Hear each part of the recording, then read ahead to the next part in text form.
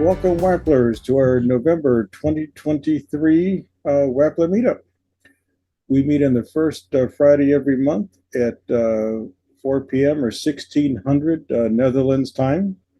You can keep up with us on the forum. You can also see our videos on YouTube. And I would like to invite any Wapplers that would like to present their favorite Wappler feature, maybe a site that you've built or a feature that you've built to share with other Wapplers. Today, we're going to have a just open forum discussion on all things Wappler. So I'm going to start with Jacques and ask you to introduce yourself. We'll do introductions around. And Jacques, I'd like to invite you to introduce yourself and tell us where you're from and what you use Wappler for. Hi, I'm Jacques. I'm in the Netherlands, and I used to use Wappler for business. I quit my business now, do it for a hobby. So I work with Wappler just for fun and trying to get new experiences from it. Oh, that's excellent. Sounds like you're addicted like I am. Sort of, yeah. What type of business were you in, or what type of site did you build? How do you put it in English? It's like a tourist for tourism, hotels, restaurants, stuff like that. Awesome. Thank you very much. Parker, would you like to introduce yourself and tell us where you're from and what you use Wappler for? Yeah, so thanks everyone for having me today. I'm from the United States, and more specifically, I'm from Michigan. But since I have moved to Utah for schooling, so I'm currently a junior in college right now. I downloaded Wappler because I was looking for a no-code software to help in my company right now. I work at a small investment firm, and we're trying to just build a site to house all of our data. So I've already created a database, and now I'm using Wappler to create the UI for it. Oh, awesome. Well, congratulations on your success. What are you studying out of curiosity? I'm in business, studying finance, and I have a minor in information systems right now. Well, that's awesome. Well, Thank you. we need to chat offline. We're neighbors. I'm from Ohio. Ohio, okay. Really, OH. IO. Thank you very much. Keith, would you like to introduce yourself? Sure. My name is Keith. Been using Wappler since 2019. Working on a couple of different, ideas. Prior to that, I was a former bubbler, found Bubbler in 2016. So really into no-code, low-code platforms. My background is also in information systems, and I work in enterprise systems during the day, and hopefully at some point will build my own app and move out of the corporate world and into the startup world. Oh, awesome. What kind of app would you like to build? I'm working on it's like a work management app. It's going to combine like a CRM and task management and those different types of concepts into an app. Cool. What part of the world are you from, Keith? The southeast of the U.S. Wonderful. Well, thank you very much for joining us today. I see Scott is here from the UK. Welcome, Scott. Would you Thanks like for having me back? Yeah, would you like to introduce yourself and tell everybody about your Wappler experience? And you can even invite you to go into your the little solution that you built. Yeah, so my name is Scott Clee. I live in Kingston upon Thames in southwest London, where it was actually quite nice weather this afternoon, but it's literally just started to torrential rain to pour down. So pretty miserable. But I am planning on going out to watch some rugby this afternoon. The Ospreys Welsh team are playing in the Harlequins ground today because they can't use their own ground back in Wales. So a nice bit of rugby in the rain, and it's going to be dark. With regards to topic at hand, Wappler. So I've been using it for 2, maybe 3 years now. I build apps. I have built some apps for myself and for clients. I use Wappler because it just gives you so much for free. Well, not for free, as you have to pay for it, but you just got so much capability built in there, and the fact that you can deploy your output wherever you like just makes it a better tool than most that are on the market that basically tie you into the ecosystems that their tool is built in. And for the kind of clients that I work with, having that option is really important. As Mark just hinted, I built a tool. It's called Impress. So it's at impress.dev, and that allows me to use Figma designs to then generate the kind of UI for my Wappler projects. Figma is really important to me for kind of the early part of the project in kind of drawing up your designs and use cases, and then from my own perspective, once I've done that, I didn't really want to go and have to re-implement that again in code. So I built Impress to allow me to translate a Figma design straight into a Wappler project. It's out there. It's on the web. It's for others. I opened it up for others to use because it was an internal tool I use myself, but I decided to share it with the world. And I've demoed it previously in some of these meetups as well. Since the last one I joined, and sorry, I haven't been here for a little while. Life has just been busy. But I've added some enhancements to Impress that I thought I'd quickly share with you. Originally, it was designed so when you built your app, your designs in Figma, that you would have to use auto layout. Auto layout's really important for building responsive apps inside of Figma, and so in order to then have apps that are responsive and render quite nicely on mobile and on web, etc. I started off kind of there's a requirement to use auto layout, but in recent months, as I've been feeding more designs through it, I've discovered that designers like to use a mix of auto layout and non-auto layout stuff. So I've actually lifted that. Well, I've added more capability to Impress, so it'll deal with any Figma design now. So you can take anything you got, shove it through it, and it should come out like for like on the other end. I've called it the no compromise release because there's no compromises being made now in Figma. So there's that part. And the other thing is a lot of you might who use Figma or are aware of Figma might be aware that they added kind of a new developer mode aspect to it with variables, etc. It's quite useful. It's been there for a few months. I've given it a good go a few times. It's not quite fully featured such that you can use it like a development environment and proper variables with conditionals and stuff. It's got some capability around that, but it's quite limited. But what it has done is really opened up a really interesting capability, which is you can build designs, kind of app blueprints inside of Figma that you can mark certain components as renderable or usable on a mobile or tablet or desktop environment, and so you can then have Photoshop to make your images more surreal. Apologies. Go ahead. Somebody's talking. My apologies. Hit the wrong button.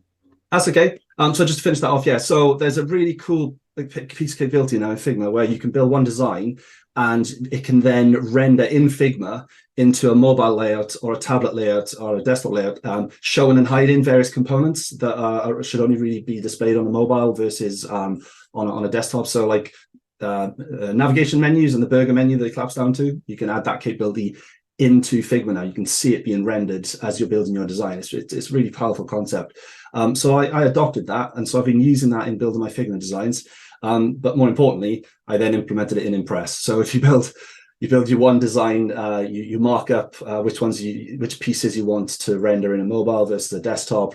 You can see them being rendered in the different kind of formats in Figma, and then when you feed it through Impress, it'll generate the respective media queries that will then show or hide those components in the actual web program. So you're now truly building like a blueprint for all different devices in Figma. And then you see that one-for-one match in the output that you generate in your Wappler project. So those who saw my demos previously, originally when in Impress, when you were building the kind of UIs for desktop or mobile, etc., you'd have to do them as separate designs. And the question was, is it possible to kind of combine that? And off the back of this new feature in Figma, the answer is now yes. You can build a single design. You can say which bits are relevant for which device types, see that being rendered really nicely in Figma on different device kind of boxes or frames, and then get that output for free in your Wappler project when you run it through Impress. So sorry, there's a lot of Impress, a lot of Figma stuff there, and I know it's a Wappler call, but ultimately all that stuff, the output of that is stuff that is projects that go into Wappler. Any questions? Is that available now? Yeah, so signed up. Yeah, so it's I pushed to the next beta release out like a week ago. I haven't really announced it as such because I wanted to burn it in a little bit. I wanted to make sure that it was working as desired. And I found a couple of bugs and added a couple more features. So it's kind of a rolling beta. And when I'm happy with it, I will. The capability's out there now, but there's a little bit more incrementally. I'm just kind of tightening it up and hardening it a little bit more. And once I'm at a level where I'm truly happy with it, I'll put an announcement out. And I'll probably do a video specifically on Figma variables, responsive and fluid design, and how you can use that in Impress for free. So that'll come at some point. Excellent. Is your brother pleased with it? Oh, sorry, there's two questions there. Sorry, is your brother pleased with it? Is my brother pleased with it? Yes, because one of the things I've done with this new technique is build our branding for our other projects, and so I've used it to build the website. I'm now applying those features to the actual app itself because it's a web app. The simulation web app is this other project I've got. So yeah, he is pleased with that, but he's my brother, so he doesn't express that kind of level of pleasure. Well, Scott, when you get your video ready, please reach out. I'd love to do an update on a future meetup, and maybe even we can build a small site live to show people how it works. Yeah, more than happy to come back and show some of the new capability that you can see in Figma, that you get free in Impress, and that you'll get in your Wappler project. Yeah, that's awesome. Well, thank you so much, and thank you for joining us. Would anybody else like to introduce themselves? All right. Is anybody on the call using the current beta that's up, or flavor of it? And I haven't downloaded it at all. John, have you played with the beta? I've just kind of I dip into it every now and again just to see what's going on. But for projects that I'm properly buried in at the moment, I've stuck with version 5. Have you seen anything interesting in the beta? There's some interesting stuff. There's not that much that has got me excited, if I'm honest. There's well, I say there isn't. Pouch and Couch I've been asking for years. Mm-hmm. So that definitely. But the new Visual Server Connect stuff, I'm not sure. I think I'm too used to the old way, and I find the old way works fine. Mm-hmm. Yeah, I'm a late joiner on here. I did download the beta and I'm using it a lot.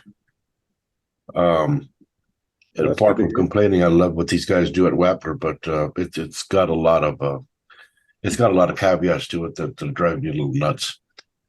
One of the things I love about it is opening it up to where you can split the screens and so forth, 2, 3, 4 dimensions.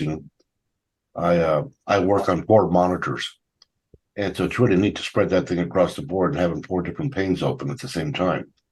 The downside to it that I've learned on this thing is after I used it the first time, it was great. I shut the program down, and ever since then, I'll reopen the program on up, split the panes up across the board, and when I try just to open a single file, it refuses to open anything. I have to double-click the file to open it up. Doesn't happen. I shut the whole program down, reopen the program back up, and then the file is there. It's pretty weird. I've tried it both the same way. I've tried it also where I've not split the panes on up, kept it just a single pane, if you would, and tried to open the file, and it still doesn't do it. So it seems after 1 or 2 tries when you first try the beta side up, not even the stable side, and or the stable side, it does it both ways. So I've just gotten acclimated to it because once again, having the 4 monitors is fantastic. They're able to put those things all over the place. Having the server connect, if you would, on one side, piles open another, CSS on another one. It works a lot great. Off the top of my head, I'm trying to remember what these other things are. Once again, I'm across complaints. This obviously is a beta, and that's why they're trying to fix it. And I haven't reported some of these things. They did fix the last one where it wouldn't upload. You could upload excuse me, I've got sniffles. You could upload a server connect or whatnot, or any one of the PHP files from the server side, but the file itself, the page would not upload automatically in a development setting. You had to manually upload it. They did fix that in the last revision. Outside of that, it doesn't stay. If you do close the file after you've used it, whatever you've done, I've got my things open up and you reopen it, you have to reset everything all over again. It doesn't keep it that memory state. What else? Good Lord, forgive me. I was trying this thing out a lot. I'm building a new e-commerce site for jewelry and stuff last night. And there were so many things that just aggravated me at the time that I just worked my way through it. And quite honestly, I've forgotten. I've forgotten what the problems were because I've just gotten acclimated to it. But I do need to go ahead and report those over to George and Theodore and tell them, hey, this is what's going on with this. I haven't seen anybody else report those, and hope they come across. Outside of that, the program itself is fantastic. Those are expected quirks in a beta. Absolutely. Yeah, I've been the reason I haven't downloaded it yet is because it's still a beta and it's still a rolling beta, and I think as was just explained, that I'm kind of waiting for the day it switches back to a full release. But it sounds like the amount they crammed into this beta is going to need a lot of bug fixing before realistically, it flips over into what version 6 I think it's going to be, isn't it?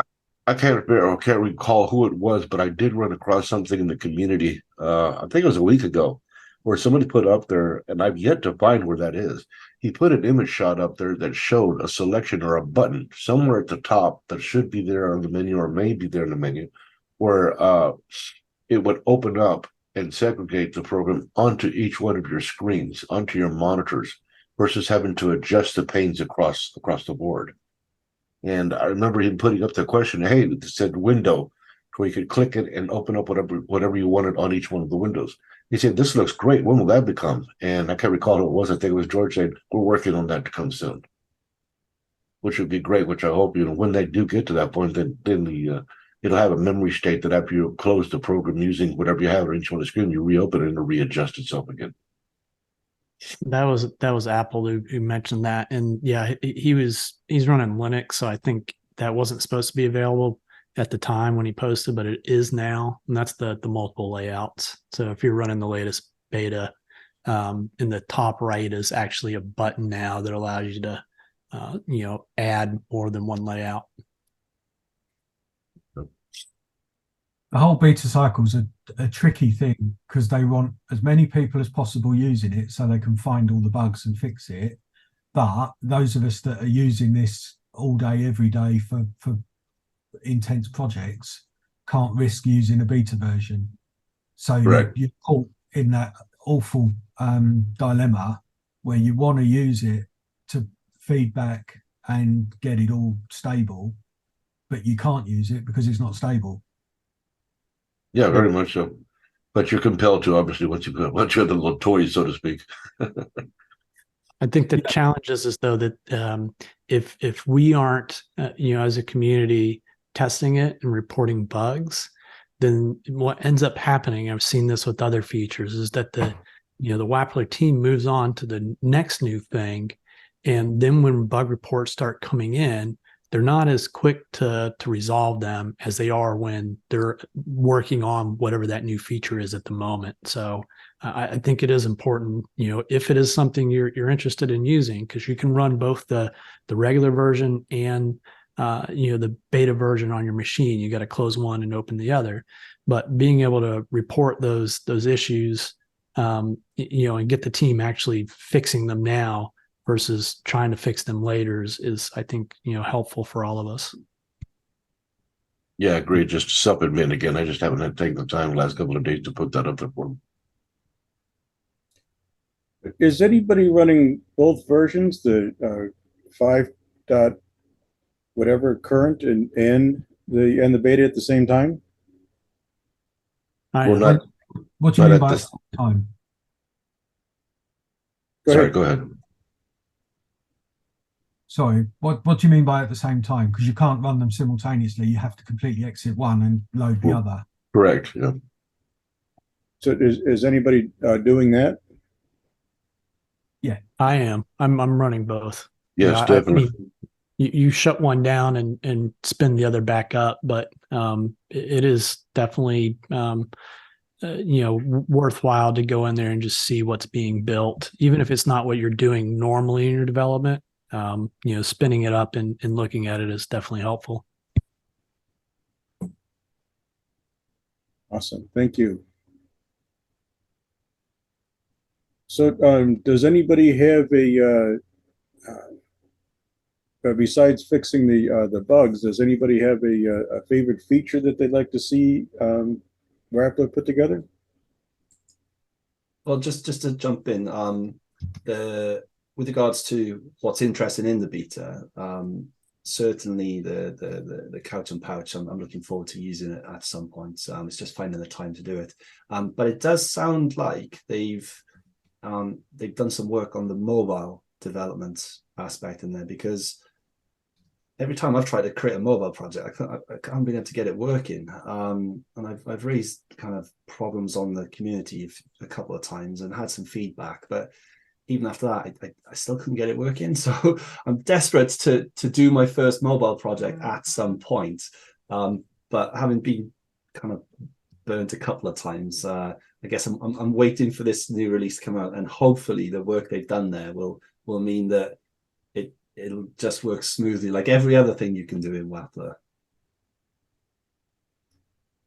And it does, have its challenges. I think, some of it is like outside of Wappler. I mean, the versions of Android change pretty quickly, and, trying to have Wappler keep up with those updates is difficult. But you can build a mobile project and, start building it in the browser, before you actually start working within, Android or Electron or the iOS. So, there are certain things you might not be able to do, especially if you need to, work with OAuth, where that requires you setting up certain things in those mobile environments to be able to go to the normal browser of those systems. But I would say 80+% of what you would need to do to build a mobile app, you can go ahead and do before you actually start testing in those different platforms. What's your favorite way to build a mobile app, considering you've got Apple and Android and whatever? Does I'm anybody? assuming the question wasn't targeted at me, because I haven't managed to succeed yet. So for me, I mean, I'm still working on them. My favorite way to build it is to use Wappler and do most of it in just the regular browser on my machine. And then every so often, as I'm getting further and further along, test them in the different platforms. I haven't gotten to the point of using any of the Mac products because I'm a Windows person, but at some point that'll probably be something that'll have to be done. But I think it's, for the most part, it's just as easy as building a Wappler web project. You basically just create the project and start using the UI to start building the different parts of it. Whether that's the app flows or page flows, which are slightly different, concepts, I think, than building, the server actions. But for most part, they're the same. They just run client side versus server side. But in terms of like other tools out there in the market that allow you to do, the server side plus the client side and devices, there's hardly any out there. And I think Wappler is way further along than most other no-code, low-code platforms in that ability. I think Flutter Flow is one of the only other ones that's somewhat close, but it is limited, I think, in the building the web mobile part and the flexibility, whereas Wappler is much more flexible in the types of frameworks, whether you're using Bootstrap or Framework 7. So it's definitely a really powerful tool. It is indeed. For our new Wappler users, that can somebody give us a quick overview of Couch and Pouch and what the benefits of that are? Or use cases? I'm happy to try to answer that unless somebody else wants to. Please do, don't utilize that at all. So I mean, there's different like capabilities with something like Pouch. Pouch is really useful in having a database on the client side for the most part. And whether that client side is the browser, which in that aspect it uses IndexedDB, which is within the browser, or something like SQLite if you're using Electron or other mobile apps. From that aspect, you don't even have to really use Couch, which is something I'm doing right now, is just using the UI actions that are available within Wappler to allow me to store data within the browser. And then at some point, if you wanted to start working on things that sync data between a server environment that you build in Wappler and the client side, those capabilities are somewhat there. I think that long term, that's a really good feature to have, to where you can have offline first and the ability to basically be able to have a mobile client that isn't connected to the internet that's still able to function and create data within it. And then once you get back online, for it to sync that data, push whatever you just built within the mobile app back to the server, and at the same time getting any new data that was on the server on your mobile client. So that's really like the main functionality of having Pouch and Couch. I feel that there are some limitations currently in what has been enabled within Wappler. It's basically an all or nothing. And when you're building apps that you want to separate data, where let's just take something like Google Drive, where you have files that are only related to each one of us as individuals. You don't want to be able to download everyone else's files. So right now it's you would get everything, and there's no way to limit it to specific users or specific companies. If you had a multi-tenant type environment where you have lots of clients within the same database, so hopefully those improvements will come at some point. There are additional CouchDB related clients that might be a better route for Wappler to go long term. But the overall is that the ability to be able to sync between client and servers, the concept of having a PouchDB and Couch environment. That was exactly the functionality that I was looking for, because for me that's crucial if you're building a mobile app, because there will be people that just haven't got an internet connection for whatever reason. Engineers on the field or workmen on the field using the app, no signal, need to be able to do what they've got to do and then sync it back when they're back online. And so for me, that's absolutely crucial. So I've not started working really on a mobile app at all until Pouch and Couch became available, because without that, the mobile app is just not going to work for me. So I'm keen for that, but I've not dug into it deeply yet. Excellent. Well, please keep us posted as that the features become available that you can use, John, and we can keep the community up to date as well. Brian's doing a good job with. He's not done any in the last few weeks, but he's done quite a few videos when Pouch and Couch first, when the beta 2 or 3 or whenever it was, introduced it. So on the YouTube channel, there's some first looks there, but I think there's been some issues with it that's still being worked on. That's Brian English you're speaking of. Yeah, sorry, Hyperbytes. Yeah, thank you. Hyperbytes on the forum. Yeah. Exactly. Since you brought up YouTube, I'd like to mention that Scott did a meetup in July 2023 with his Wappler and Impress. So if you're looking for more information or on how that works, you can check out the July meetup on the Wappler YouTube channel. So very impressive work. Huge time saving tool. I'm anxious to see that continue to build out, and it's huge. Thank you, Scott. Appreciate the contribution. No worries. Thanks for the mention. Absolutely. So, is there anything else, Wappler, that you'd like to discuss? Any problems anybody's having that we've got pretty good brain trust here to bounce off of? Any challenges you're working on? I mean, I'm pretty early in my just development career, just trying to figure out even how to use the software. I've never really done anything of this caliber before. So honestly, like I hopped on here because I want help knowing how to do like parameters and how to pass parameters to different pages. I've watched like so many videos on it to try and figure it out, and I'm so stuck even trying to like reference one company ID on a separate page where I can only view the details of one company on a separate page. And it's really just like gotten to the point where I was like, okay, it's worth coming on the Zoom even to ask this one question. So any help would be great. Point me in the right direction or anything of that nature.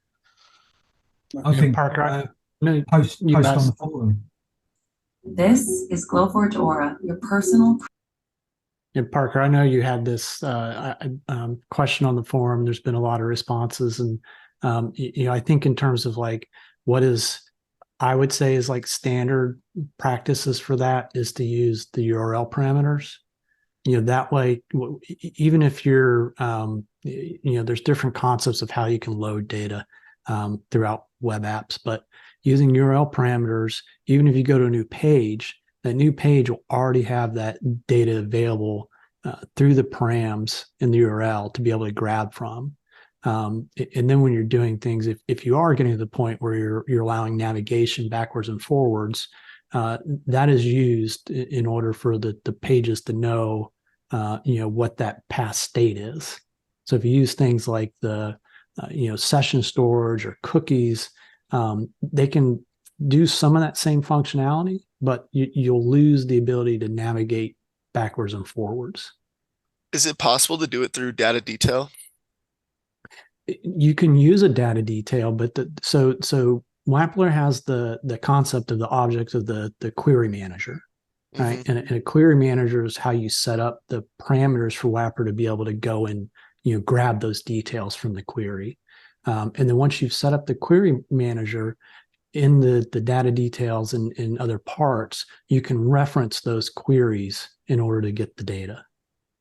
But typically what's going to happen is you have something like a query, manager, you're going to have either a server connect or an API that's going to use the data from that query manager to go and do a get and get whatever that data is, whether it's in your server database or somewhere else.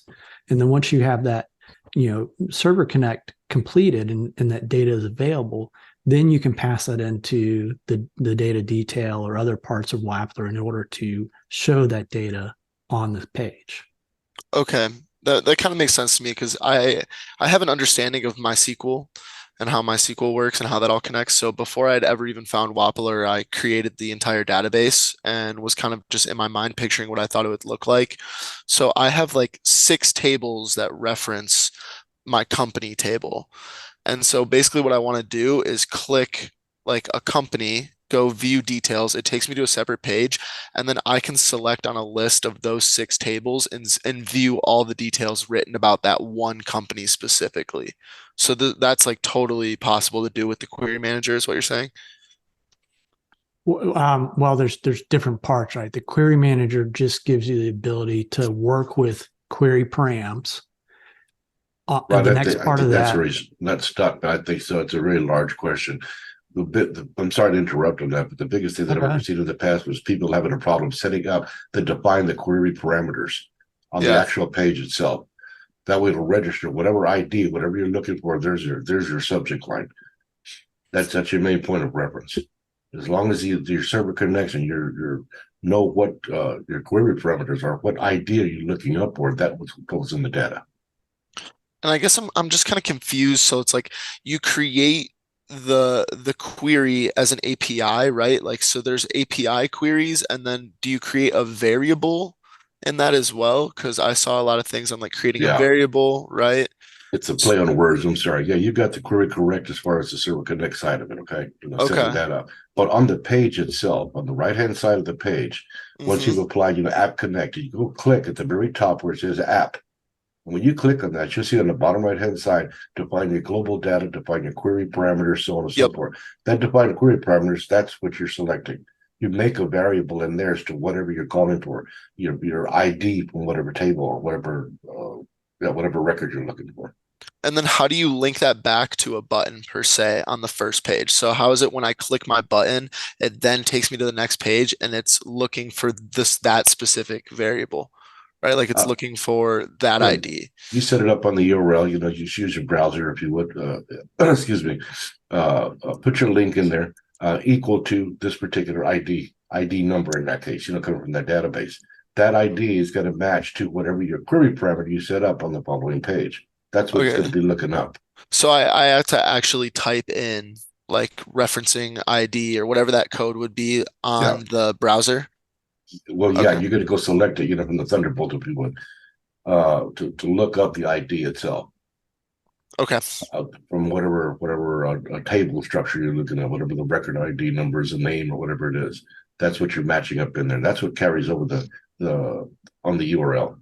And so I would make my variable in my company under the get. So let's say I could do get, make a variable named company ID. On my company details page, I could then define the query as company ID, searching for company ID. Same ID as you did on the get, correct? Okay, perfect. Thank you so much. Got it. Again, sorry for interrupting whoever that was. My apologies. No, thank you. Thank you both for the feedback. I know that it's kind of a very basic question for what's going on here, but I appreciate all you guys. But just to kind of clarify, the query parameters are the get variables in the URL. So unless you're using routing or whatever, you would have $ID equals 1. And that can then when you use a server connect, you have the get in there of ID, and then you can do your query in server connect using the ID that's come in. Correct. Yeah, that's what I said. It has to be the same as you put in the get. Yeah. Okay. I think here's a I weird understand. one. If in case you find this a problem somewhere down the line, because this drove me nuts. I don't know why, but it just works this way. Don't ever put a capital letter or use your gets or your parameter queries capitalized. So no Always use the capital lowercase, letters right. in my Git parameters. You can have capital letters all you want to in your database. Let's say product ID, PID. That can be capitalized in your database itself, but don't put a capital S and put a lowercase PID in both your Git and in your query parameters. I think that comes back to my I don't know if it was a bug or not, but Wappler converts to lowercase query parameters in just one area of Wappler. Yeah, I don't recall. I remember there was a talk about that probably a couple of years back or whatever. I've just gotten acclimated to, drive myself nuts over that. Just always remember, just put your gets and your query parameters in your lowercase and you're fine. Perfect. Thank you guys so much. Much the same as, you never want to put a number in any one of your columns, if you would, in your database. Parker, I also found a couple of articles in the forum that I put in the chat that you might find beneficial. There's the forum is a wealth of information. Sometimes it's challenging to search for and find the right piece, but there's tons of information there. There's also on the YouTube channel, the Wappler YouTube channel, for hyperbytes. And Ben Pleasure also has some good ones. Yep, Ben I've been does a watching great a lot job. of those. Yeah, those are great videos, but just when it came to the parameters, I've been following them very, very easily so far because I understand CRUD functionality and things like that. I have a slight background in PHP, but yeah, the parameters was the only thing that was really tripping me up. And they were all right when they started this thing off. Always learn how to do everything like this, and on passing your variables and so forth to a URL. Once you get that thing down, then you can turn around and go and do your routing instead. That way it hides all that. You're not doing any visual. Perfect. Well, Parker, we look forward to having you back next month and tell us how everything worked out. I'm excited. Thank you. Awesome. Very good. Well, I want to thank everybody for joining us today. This was a fabulous meetup. We appreciate your input. I'm going to be reaching out to folks in the U.S. In the coming days. I'm going to see if there's any interest in having like a U.S. users group, and we could meet maybe alternate weeks to the global meetup. But everybody's so busy. I'm trying to find ways to generate interest in getting together and working together as a community, and maybe we can do a across the pond competition to see if we can who can get more members at their monthly meetups between the U.S. and the U.K. or something. Well, that sounds interesting. But, I'm one of those U.S. participants. Yeah. all right. But competition always seems to attract attention, so maybe we can give that a try. Speaking of competition, Scott, are you playing rugby or are you watching rugby? I'm going to go watch a game of rugby. Okay. In Kingston, there's Twickenham is next to me. I guess so. I'm Welsh, but I live in England, and so my English team is Harlequins. They play at the Twickenham Stoop, but for some crazy reason, one of the Welsh teams called the Ospreys, which is based in Swansea and Neath, or represents Swansea and Neath.